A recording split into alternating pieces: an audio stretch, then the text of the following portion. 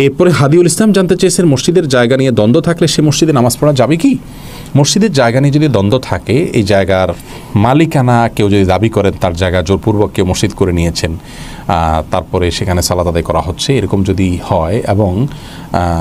সেটি যদি নিছক দ্বন্দ্বের পর্যায়ে থাকে, সঠিক বেঠিক কোনটা মানুষ না জানে,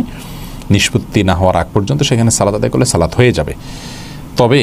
যদি নিশ্চিত জানা যায় যে এটি আসলে কারোর জমিনে বলপূর্বকভাবে মসজিদ নির্মাণ করে সালাত আদায় করা হচ্ছে, লোকটি তাতে সম্মতি তার নেই, এরকম যদি হয় তাহলে সেক্ষেত্রে সেই ভূমিতে দাঁড়িয়ে সালাত আদায় করলে জমহুর বা সংখ্যাগরিষ্ঠ আমাদের মত হলো সালাত হয়ে যাবে। যদিও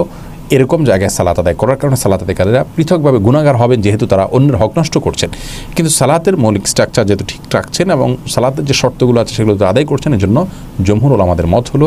এতে আপনার সালাত বিশুদ্ধ হয়ে যাবে। তবে অপরাধী হবেন সন্দেহাতীতভাবে, বিধায় এই জায়গা ছাড়া অন্য কোনো নিষ্কণ্টক জায়গাতে মসজিদ নির্মাণ করে সেখানে সালাত আদায় করা উচিত।